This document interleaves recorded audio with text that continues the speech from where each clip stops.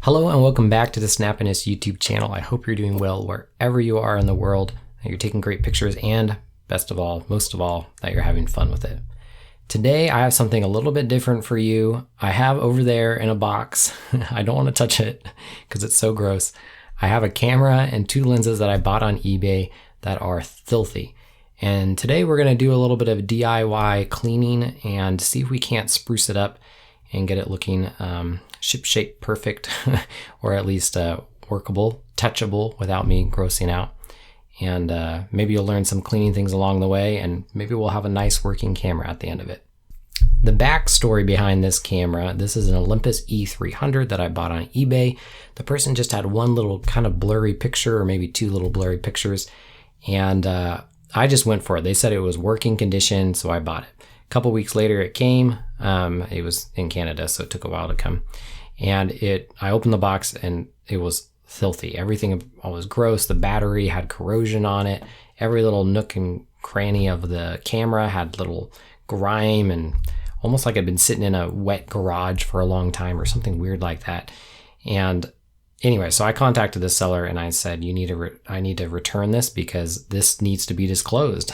You can't sell a camera and not mention that it's filthy like this. And in the way that weird eBay stories go, the seller never responded. It went into eBay getting involved. eBay got involved. The seller didn't respond.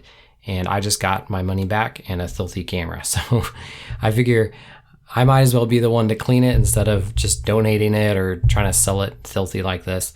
I might as well be the one to clean it and show it some new life and get some use out of it. So join me, if you will, over there at my workbench, and we'll try to clean it up. So here is the camera. I had it all packaged up and ready to return. And for weeks it's been like this, because that process of going back between eBay takes weeks. And I haven't opened it since, so I kind of forgot. Yeah, look how gross that is. And then here are two lenses that are also gross. So there you go. This one's just got smudges. I think it's got some scratches that will not come out. I think the lens is just scratched. I got a little crack in the lens over here, also not disclosed. As far as the tools that I have today to clean, I have some isopropyl alcohol. This is 70%. People on the internet recommend higher percentage than that. Got some Q-tips for those nooks and crevices, some microfiber cloths, and I have one of these lens pins. I just got this for free at one point. So let me get started. I think I'm going to do the camera body first and see where that gets us. I haven't even looked at the inside. A little bit gross in there too. Okay, got my work cut out for me, so enjoy this time lapse of me cleaning this.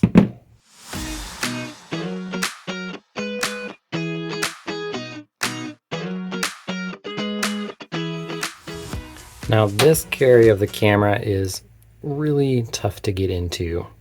It is much too small for the Q-tips. So what I'm going to do is use toothpicks, or I'm going to use some little plastic picking tools I have. That was suggested to me by a forum member on my forum. Thank you for that. And just kind of get this gunk out.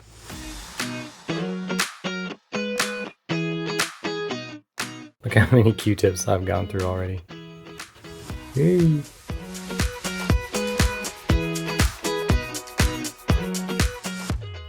Well, that's it for the camera body. Honestly, it wasn't too bad. Just took a little bit. I feel pretty good about it. There's some crevices that I think I'll need. I didn't find any toothpicks, but I think some toothpicks would do the trick.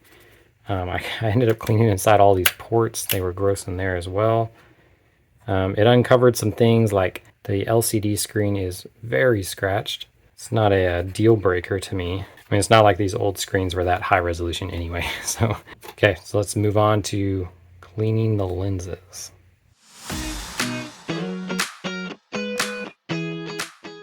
Okay, that's lens one out of the way. Much better. It's hard to see on the camera, but there are some scratches in the middle that are scratches on the lens. This tool is really good for cleaning in between this little crevice with the plastic and front element. Okay, on to lens number two, and I'll go ahead and do this lens. The battery charger and the battery, I'll let it all dry and then we'll see if it turns on and works. I am finding for these really tight crevices, like under the different tabs for the lens mount, you can kind of take the Q-tip and stretch the tip out. It has this little wedge of cotton, and that is working really nicely to get under there.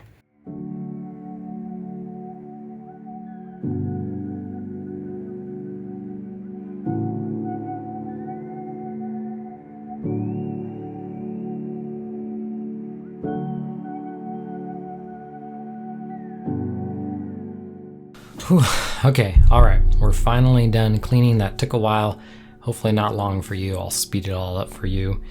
The camera is looking much better now. It's like a whole different camera. It just looks used, well used, but not like it's been in a crime scene, which is how I was looking before.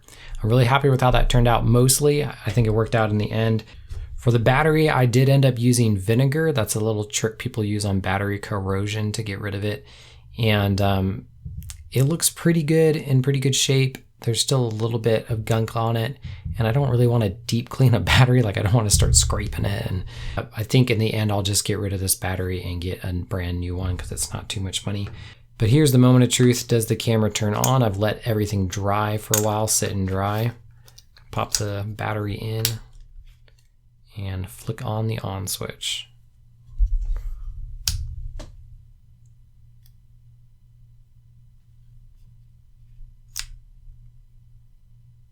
Okay, so after a couple of minutes of fiddling, the camera will turn on just under only certain conditions. There you can see it turned on, and we can look at a picture I took of my camera. So it'll turn on, but only either without a lens or with this longer lens. With the other lens, it just blinks on this supersonic wave, whatever sensor shake, dust removal thing, and just stays on there. It doesn't end up doing anything. I thought I damaged something when I cleaned it, but there must be something about that damaged lens over there that's causing it to short circuit or something. Something's weird with that and it won't turn on. Obviously, I'm okay with it. I'm happy with it because I didn't pay anything for it. But we'll see if this proves to be a reliable camera I can actually use for a review, or if I just pick up a new one. Anyway, thanks for watching. Hope you learned something. I certainly learned some more things about cleaning cameras. I've never done that deep of a camera clean before.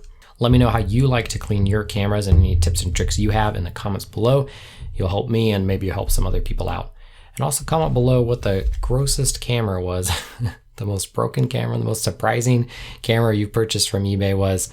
I want to hear those stories. Anyway, I hope you're having a good day. Have a good rest of your day. And until next time, happy snapping.